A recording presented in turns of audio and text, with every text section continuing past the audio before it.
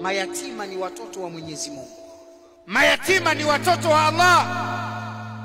Hebu niambie wewe, umlee mtoto wa Allah, umhifadhi mtoto wa Allah, umlishe mtoto wa Allah, umvishe mtoto wa Allah, umtengenezee pa kulala mtoto wa Allah, Allah ana malipo gani kwako wewe?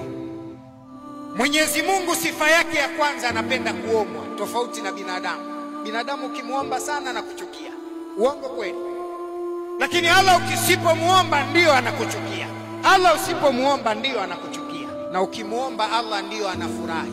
Ona tofauti sifa ya muumba na kiumbe. Muumba anapenda kuombwa, kiumbe anapenda kutokuombwa.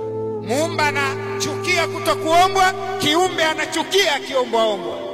Sasa hapa tunampa Mwenyezi Mungu sadaka tunayotaka kutoa hapa, itatoka mkononi mwangu, itashikwa na Mungu kwanza, kwangu ndio itakuwa inakuja kukamatwa kwa maana ya kukabidhi tu. Lakini ukitoa sadaka yako kabla haijafika kwenye mkono wa mpokeaji, kwanza yule Allah mwenyewe huwa anaishika sadaka yako na kukutathmini kile ulichokifanya na kukutengenezea malipo mema.